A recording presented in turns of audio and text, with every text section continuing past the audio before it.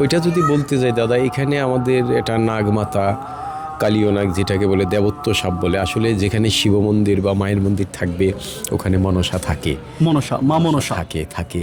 আর আমরাও মানে দেখি নাই সেটা বললে অপরাধ হবে, আমরাও কিন্তু প্রায় সময় দেখতাম বা দেখি যে এখান দিয়ে আসা যাওয়া করে আর কি। এই ফাটলটার মাধ্যমে, ফাটলটা দিয়ে উপরে গম্বুজটা, ভিতরটা কিছু ক্রিয়দাংশ খালি, তো এই খালিটার মধ্যে উনি থাকে আর কি। আপনি কি কখনো দেখেছেন? হ্যাঁ, দেখেছি দাদা।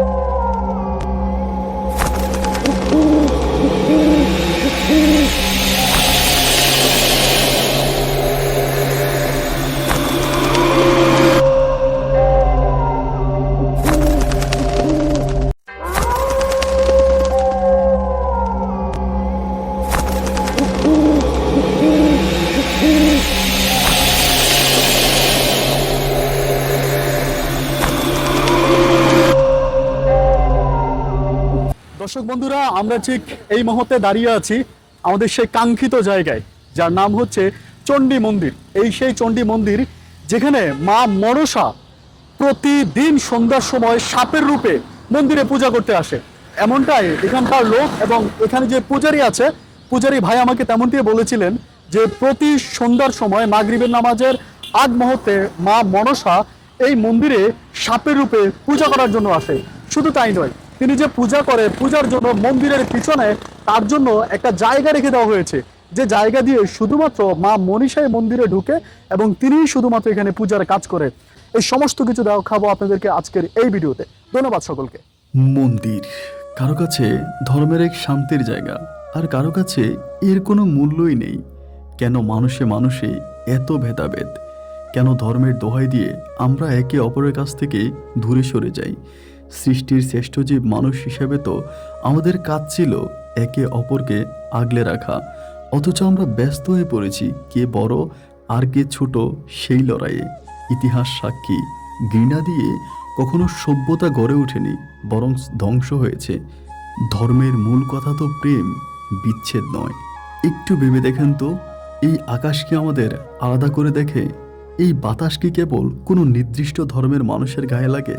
না, প্রকৃতি আমাদের শেখায় সমানভাবে বিলিয়ে দিতে। তাহলে আমরা কেন নিজেদের ভিতর এতটা ভাগাভাগি করি? মন্দিরের ঘণ্টা আর মসজিদের আজান, এই দুই সুরের মাঝখানে যেই শান্তিটুকু লুকিয়ে আছে, সেটি হলো আসল মানবতা। আমাদের মাঝে ধর্মের বিরোধ নয়, বরং প্রেমের চর্চা হওয়া প্রয়োজন।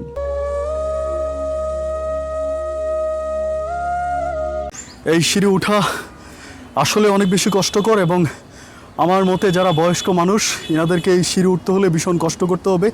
এবং আমার কাছে যেটা মনে হয় যে সিঁড়ির যেই প্রলেপগুলো আপনাদেরকে দেখাচ্ছি, এগুলো আসলে খুব হচ্ছে অনেকটা উঁচা, এই জায়গা দিয়ে ওঠাটা অনেক কঠিন। আর বিশেষ করে বৃষ্টির দিনে, যারা বৃষ্টির দিনে এখানে ঘুরতে আসবেন তারা অবশ্যই সেফটি নিয়ে আসবেন, কারণ এখানে বৃষ্টির দিনে এই জায়গা অনেক বেশি পিচ্ছিল থাকে। আমার কাছে এমনটাই মনে হচ্ছিল। যাই হোক, আমরা আরও একটু উপরের দিকে উঠি।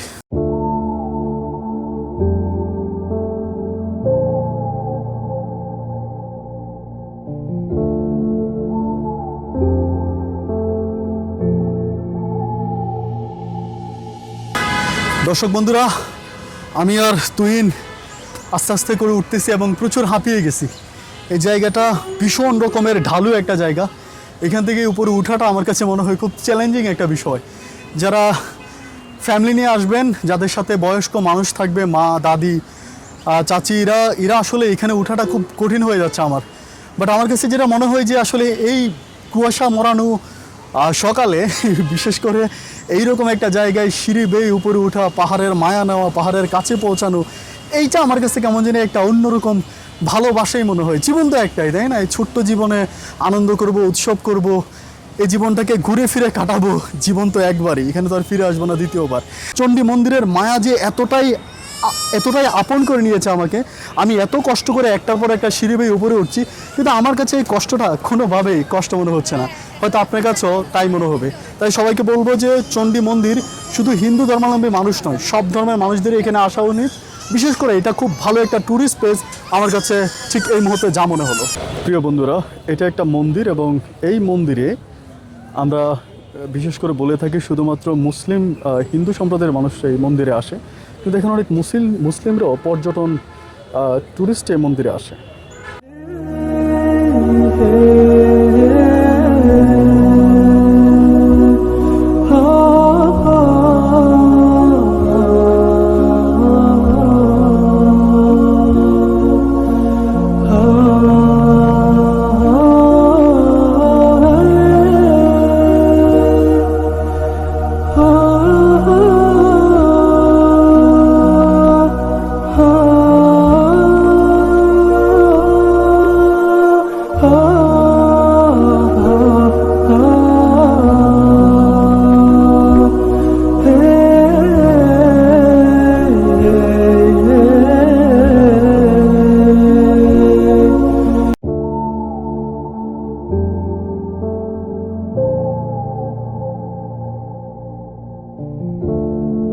আমরা ঠিক এই মুহূর্তে মন্দিরের একেবারে প্রবেশ পথে দাঁড়িয়ে আছি। আপনি দেখতে পাচ্ছেন যে এই সিঁড়ি বেয়ে বেয়ে আমরা মন্দিরের মূল আকর্ষণে চলে যাব, যা দেখার জন্য আমরা সুদূর ঢাকা থেকে কুমিল্লার এই লালমাই পাহাড়ে এসেছিলাম। সেটা আমরা উপভোগ করব ঠিক এখন থেকে কিছুক্ষণের মধ্যে। এখানে লেখা আছে মন্দিরে জুতা খুলে প্রবেশ করুন। সাধারণত আমরা আমাদের মসজিদের সামনে বা কোনো ধর্ম প্রতিষ্ঠানের সামনে এই ধরনের জিনিসগুলো দেখতে পাই যে জুতা নিয়ে যাওয়া যাবে না। ঠিক এখানেও একইভাবে লেখা আছে আপনি জুতা নিয়ে মন্দিরে প্রবেশ করতে পারবেন না। আজকে মন্দিরে প্রচুর পরিমাণের মানুষ দেখলাম এবং অনেক মানুষ মন্দিরে এসেছে। শীতের এই কনকনে সকালবেলাও অনেক মানুষের আগমন ছিল মন্দিরে, যার জন্য মন্দির মানুষে অনেক বেশি মুখরিত হয়ে গিয়েছে।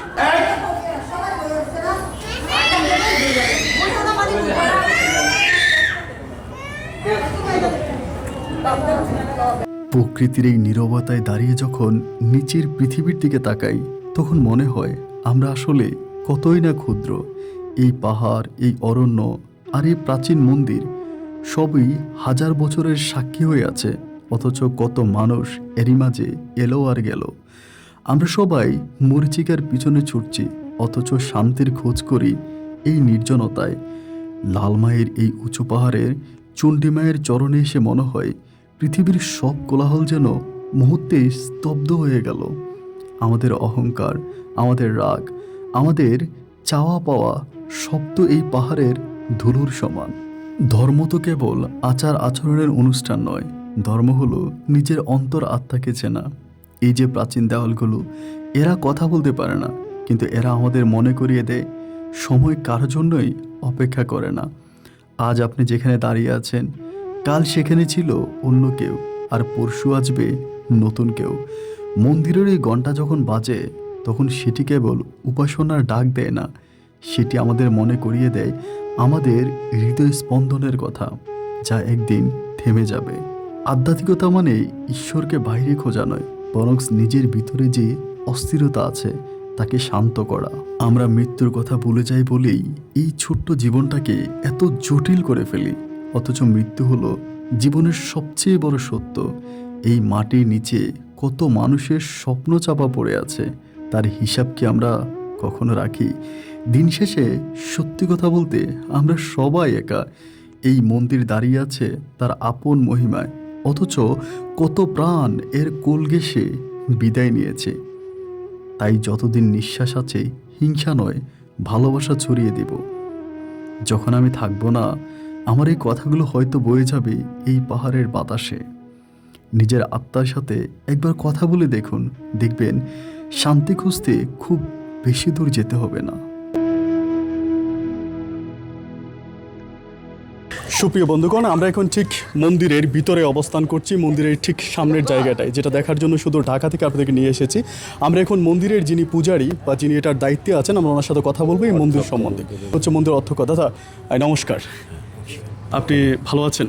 আছি আছি আছি ভালো আছি। শুরুতে আপনার নামটা একটু আমরা জানি। আমার নাম দুর্লভ দাস। দুর্লভ দাস। হ্যাঁ, আমি বর্তমান মঠাধ্যক্ষ। স্বামী যিনি গুরু মহারাজ ছিলেন, স্বামী আত্মানন্দ গিরি মহারাজ, ওনার ছেলেই আমি আর কি। জি দাদা, এই মন্দির মূলত কখন প্রতিষ্ঠা হয়েছে, কত সালে প্রতিষ্ঠা হয়েছে? আমাদের আসলে দাদা এটা বলতে গেলে 3টা টার্ম। 7ম শতাব্দীতে প্রথম প্রতিষ্ঠা হয়, রানী প্রভাবতী দেবী করেন 7ম শতাব্দীতে, 7ম শতাব্দীতে, প্রায় 1500 বছর আগে। 1500 বছর আগে। এরপর তাদের পিরিয়ড ছিল, তখন সময়কালে আপনার ছিল, বৌদ্ধ মহারাজা ছিল, বৌদ্ধ রাজত্ব ছিল দেশে। 7ম থেকে 10ম পর্যন্ত বৌদ্ধদের শাসনই ছিল সারা ওয়ার্ল্ডে আর কি, ওয়ার্ল্ডে আর কি।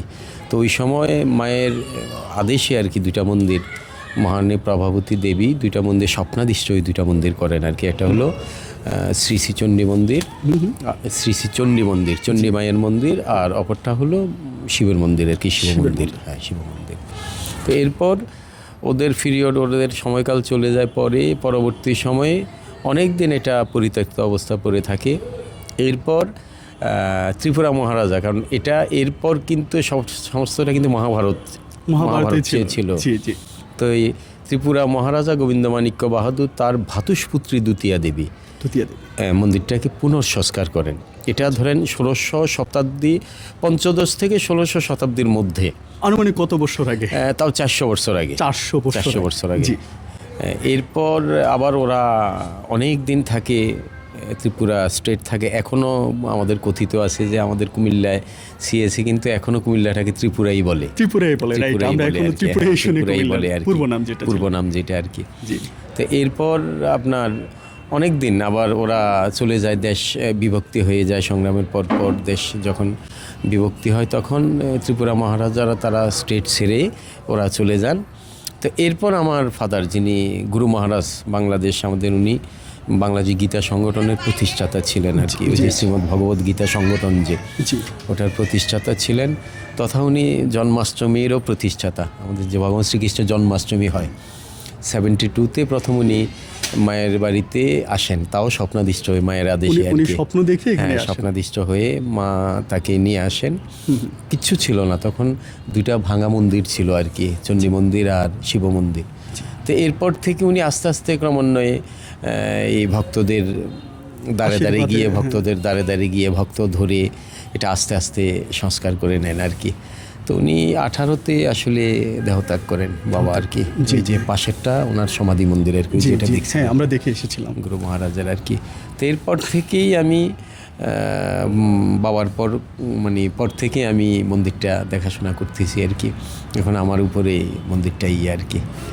দর্শক বন্ধুরা, আমরা যখন এখানে প্রথম পা রেখেছিলাম মন্দিরের ঠিক সামনে, তখন এই মানুষজন সবাই, যেমন মন্দিরের পিছনে আপনার নিচের দোকানদার সহ এখানকার স্থানীয় মানুষরা দাদার অনেক প্রশংসা করলো। এবং তিনি আর তত্ত্বাবধানে এখন তিনি আর দায়িত্বে এটা চলে, এবং তিনি সর্বাধিক এখানে থাকে। ওনার অক্লান্ত পরিশ্রমে মন্দিরটাতে আমরা এখনও আসতে পেরেছি, আমরা দেখতে পেরেছি। দাদা, আমি আপনার কাছে আরেকটা ছোট্ট বিষয় জানতে চাই। আমরা এখানে 2টা ভিন্ন ভিন্ন মন্দির দেখতে পাচ্ছি, আপনি যদি আমাকে একটু বিশ্লেষণ করে বলতেন। মানে এটা হলো চণ্ডী মায়ের মন্দির, অষ্টভুজা সর্বাণী দেবী চণ্ডী মায়ের মন্দির, মানে দুর্গাই চণ্ডী আর কি, যেটা বলে আর কি। জি। আর ওটা হলো শিব মন্দির আর কি। শিব মন্দির, হ্যাঁ, শিব মন্দির, শিব আর কি, ভগবান শিবের মন্দির আর কি ওটা। আচ্ছা দাদা, আমরা আরেকটা বিষয় এখানে শুনে এসেছি, আমি জানি না এর সত্যতা কতটুকু। অনেকেই আমাদেরকে বললো নিচে যে এখানে নাকি অনেক সময় আপনারা আধ্যাত্মিক টাইপের কোনো কিছু দেখতে পান। লাইক আমরা তো বিশ্বাস করি আপনাদের ধর্মে জিনও আছে, যা হচ্ছে মুসলমানদের ধর্ম থেকে। হ্যাঁ, এটা তো দাদা, এরকম কোনো ঘটনা কি আপনি আমাকে বলতে পারেন আপনাদের মন্দিরে ঘটেছে? দাদা, মন্দিরটা কিন্তু জাগ্রত। এই যে হাজার হাজার ভক্ত সমাবেশ হচ্ছে, হিন্দু মুসলিম। আমাদের এই মায়ের বাড়িতে একটা মজার ব্যাপার হলো নির্বিশেষে ভক্তবৃন্দ। আমরা আসলে এছাড়াও খুব ভালো আছি, আমরা সবাইকে নিয়ে আছি। তো এলাকার মুসলিম জনগোষ্ঠী যারা, ওরাও আমাদেরকে অত্যন্ত ভালোবাসে। আমাদের আসলে বিশেষ করে কুমিল্লাটার এই অঞ্চলের মধ্যে আমাদের হিন্দু মুসলিম বলেন বা আমাদের কোনো পার্টিগত বা কিছুই নেই। আমাদের মধ্যে আসলে হিন্দু মুসলিমের মধ্যে খুব ভালো সম্পর্ক, বিশাল সম্পর্ক। যেমন আজও বোধহয় শোনেন নাই যে বরুড়া বা ইয়ের মধ্যে কোনোদিন কোনো দুর্ঘটনা। যখন এই মন্দিরে প্রথমে প্রবেশ করি ঢাকা থেকে, আমরা যখন আসি, আমরা যখন আপনার এই বিশ্ব রোডে নামি, ওখান থেকে এদিক থেকে আসার পরে অনেকে, আমার কাছে একটা বিষয় মনে হলো, আমরা অনেকে চণ্ডীদাস রজকিনের কথা শুনেছি। না দাদা, সম্ভবত এইটার আমি একটু ক্লিয়ার করতে চাই, অনেকে হয়তো এই বিষয়টা মনে করে। আসলে চণ্ডীদাস রজকিনী ওইটা হলো একটা পার্ট, এটা হলো এটা মানে মানুষের আমাদের এটা রজকিনী চণ্ডীদাসের এটা হয়তো কাহিনী গল্প আর কি। জি।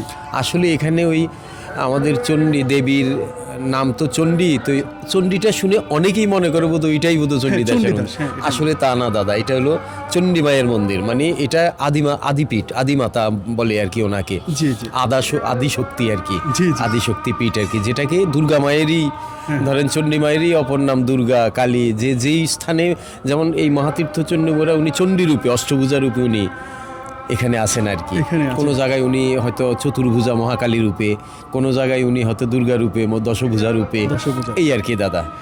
দর্শক বন্ধুরা, আমরা যে জিনিসটা আসলেই প্রচলিত আমাদের মাঝে ছিল, আমরা অনেকেই শুনে এসেছি, জেনে এসেছি এবং অনেকেই বিশ্বাসও করতাম যে এটা হচ্ছে মূলত চণ্ডীদাসের মন্দির, কিন্তু দাদার মাধ্যমে আমরা ক্লিয়ার হলাম যে না, এটা মূলত চণ্ডীদাসের মন্দির না, চণ্ডী মায়ের মন্দির। চণ্ডী মায়ের মন্দির। মূলত এই মন্দিরটা চণ্ডী মায়ের মন্দির। আপনাকে একটু বুঝিয়ে বলেন, এই পুরোটা মন্দিরে আমি ভিজিট করলাম, ঘুরলাম, কিন্তু মন্দিরের পিছনের একটা অংশ যদি আমি আপনাকে একটু দেখাই। হ্যাঁ হ্যাঁ হ্যাঁ, এটা আপনি আমাকে একটু এই বিষয়ে যদি একটু বলেন। এটা বাবা যখন আসে দাদা তখন থেকেই আসলে এই অবস্থায় থাকে আর কি, ফাটাই থাকে। তবে পরক্ষণে বাবা দেখতে পায় যে প্রচুর কিছু, ওই যেটাকে আধ্যাত্মিকতা বললেন, জি। যে অলৌকিক কিছু দেখেছেন কিনা, বা ওইটা যদি বলতে যাই দাদা, এখানে আমাদের এটা নাগমাতা, কালীয় নাগ যেটাকে বলে, দেবত্ব সাপ বলে, আসলে যেখানে শিব মন্দির বা মায়ের মন্দির থাকবে ওখানে মনসা থাকে, মনসা, মা মনসা থাকে। আর আমরাও মানে দেখি নাই সেটা বললে অপরাধ হবে, আমরাও কিন্তু প্রায় সময় দেখতাম বা দেখি যে এখান দিয়ে আসা যাওয়া করে আর কি। এই ফাটলটার মাধ্যমে। হ্যাঁ, ফাটলটা দিয়ে উপরে গম্বুজটা, ভিতরটা কিছু ক্রিয়দাংশ খালি, তো এই খালিটার মধ্যে উনি থাকে আর কি। আপনি কি কখনো দেখেছেন? হ্যাঁ, এমন? দেখেছি দাদা, দেখেছি। যাই হোক, তাহলে ওনাকে উদ্দেশ্য করে এই মন্দিরের পিছনের অংশটা এমন পাটা রাখা হয়েছে। আচ্ছা, এরপর আমরা আসলে তখন বুঝতে পারিনি, চেষ্টা করতাম যে এটাকে রিফাইন করব, এটাকে প্লাস্টার করে করব, পরে কোনোভাবেই মানে কোনো না কোনো সমস্যা আমাদের হয়ে যায়, পারি না, কোনো না কোনোভাবে সেটা বুঝতে দেয় যে আমি এখানে আছি। এরপর বাবা একদিন খুব সকালবেলা ভোরে চণ্ডীপাঠ শেষ করে ঘরে গিয়ে বলে যে আর কখনো এই ফাটাটাকে রিমুভ করবেন না, করবেন না, এটাও একটা কৃত্য হয়ে থাকবে, এভাবেই থাকবে। হ্যাঁ, এভাবেই থাকবে, এটাই। প্রিয় দর্শক বন্ধুরা, যা আমাকে ভীষণভাবে অবাক করেছে, এবং আমি পুরো মন্দিরটা ভিজিট করার পরে দেখলাম এই জায়গাটা কেন ফাটল, এর প্রতি উত্তরে আমি দাদার কাছে জানতে যেটা চাইলাম, এবং আমার কাঙ্ক্ষিত উত্তর দাদা আমাকে দিয়েছে। এবং ভগবানের আশীর্বাদে এই মন্দিরে আসার পরে সত্যি বলতে আমার হৃদয়টা অনেক শীতল হয়ে গেল। যারা সনাতন ধর্মী আছেন, এবং শুধুমাত্র সনাতন ধর্মী নয়, তথা গোটা বাংলাদেশের যারা পর্যটক প্রেমী আছেন, তারা অবশ্যই এই মন্দিরে আসবেন, মন্দির পরিদর্শন করবেন, এবং এই মন্দিরের মাধ্যমে আপনি অনেক কিছু শিখতে পারবেন, যেটা আমার নিজেরও অজানা ছিল। প্রত্যেক বাংলা মাসে 72 থেকে বাবা যখন প্রথম আসেন এখানে, তখন আমাদের মানে 72 থেকে আমরা তো বাংলা মাসটা হিসাব করি, যেমন বৈশাখ মাস, জ্যৈষ্ঠ মাস, এরকম প্রত্যেক বাংলা মাসের প্রথম যে শুক্রবারটা আসে, ওই প্রথম শুক্রবারে মায়ের বাড়ি থেকে বিশাল উৎসব হয়, মাসিক উৎসব, যেটাকে আমাদের ওই যে গীতা শিক্ষা বা গীতা আলোচনা, ধর্মীয় শিক্ষা, এরকম এটা প্রতি মাসেই আমাদের সম্মান। এখানে 3-4 হাজার ভক্ত হয়, দুপুরে মহাপ্রসাদ হয়। আর এছাড়াও দাদা আরেকটা জিনিস বলে রাখি, আমাদের ওই যে আমাদের হিন্দু ধর্ম অবলম্বীদের যে সবচেয়ে বড় উৎসব বাসন্তী অষ্টমী, সেটাকে নাঙ্গলবন স্নান বলে, ওই যে আমরা নাঙ্গলবন স্নান করি, ওই তারিখে আমাদের এখানে প্রায় লক্ষাধিক ভক্তের সমাবেশ হয়, বিশাল উৎসব হয় আমাদের। আর পাশেই দিঘিটা দাদা, ওই যে দেখবেন, ওই দিঘিতে আমাদের অষ্টমী স্নান হয় আর কি। আচ্ছা, গঙ্গা স্নান হয়, ওইটার মধ্যে গঙ্গা স্নান হয়। আমরা আসার সময় দিঘিটা দেখেছি, আমরা ভিডিও করেছিলাম, বিশাল দিঘি, 10 একরের দিঘি, তো বিশাল দিঘি ওখানে আমাদের। আর একটা সময় আমরাও শুনছি যে আগের দিনে যারা বয়োজ্যেষ্ঠ মুরব্বীরা বা আশেপাশে ছিল, যে এক সময় দেখা গেল এই দিঘির মানুষ কোনো মানুষই করে জল খেলেও রোগমুক্ত হয়ে যেত, রোগমুক্ত হয়ে যেত দিঘির ওই জল খেলেও, দিঘির এই জল খেলেও আর কি। আর এটা মায়ের সেবার কাজের জন্যই দিঘিটা খনন করা হয়। ত্রিপুরা ওই যে রাজার ভাতুষপুত্রী দ্বিতীয়া দেবী মন্দির যখন পুনঃসংস্কার করেন, তখন দিঘি মানে মায়ের বাড়ির সেবা শুশ্রূষার জন্যই দিঘিটা খনন করেন আর কি উনি আর কি। দাদা আরেকটা ছোট প্রশ্ন করি আমি, সেটা হচ্ছে আমাদের তো বাংলাদেশে বারবার সরকার আসছে, এবং সরকারের একটা পতনও আমরা মহা উল্লাসে দেখেছিলাম। নতুন সরকার আসবে, এবং নতুন সরকারের কাছে আপনাদের এই মন্দির নিয়ে আপনার কোনো চাওয়া পাওয়া? আমরা আসলে দাদা আমাদের তো এটা অবশ্যই, যে আসলে আমাদের মন্দিরটা যদি সরকারের দৃষ্টি থাকে তাহলে হয়তো ভালো থাকবে, আরও ভালো থাকবে, আরও হয়তো সুন্দর। যেমন মন্দিরটা বালিমাটি তো চতুর্দিকে দাদা, এটা অনেক সময় বর্ষাকাল আসলে আমাদের আর হুঁশ থাকে না, এদিক দিয়ে ভাঙে ওই দিক দিয়ে ভাঙে, কারণ বালিমাটি তো দাদা ধসে যায়, তো এগুলো আবার আমরা রিফাইন করতে হয়। তা আমরা এমনিতেই একবার আবেদন করছি, আবারও আপনার মাধ্যমে সরকারকে আবেদন করব, যিনি আসুক, সরকার হোক, কোনো ভক্ত হোক, সুহৃদয় ভক্ত হোক, আমাদের গাইড ওয়ালের প্রয়োজন। যে আমরা মায়ের বাড়িতে যদি পাহাড়ের চতুর্দিকে গাইড ওয়াল করতে পারি, তাহলে আমাদের মন্দিরটা হয়তো আরও হাজারো বছর ধরে থাকবে আর কি এইভাবে।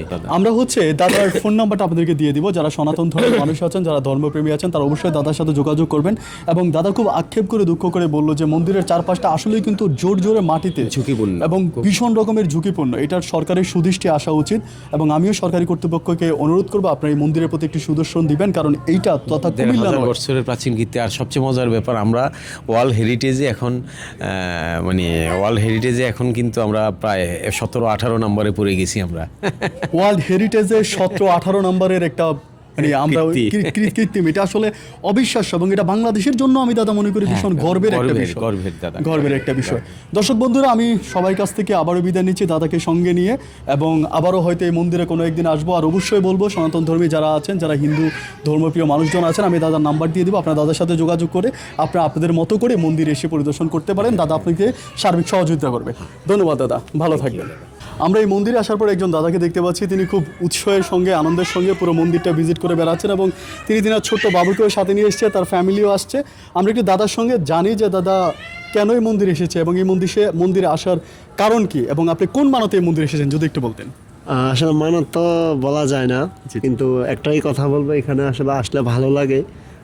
গতকালকে থেকে হচ্ছে আপনার মনে মনে ভাইবা রাখছি যে এখানে আসবো, এখনো সারাদিন উপবাস।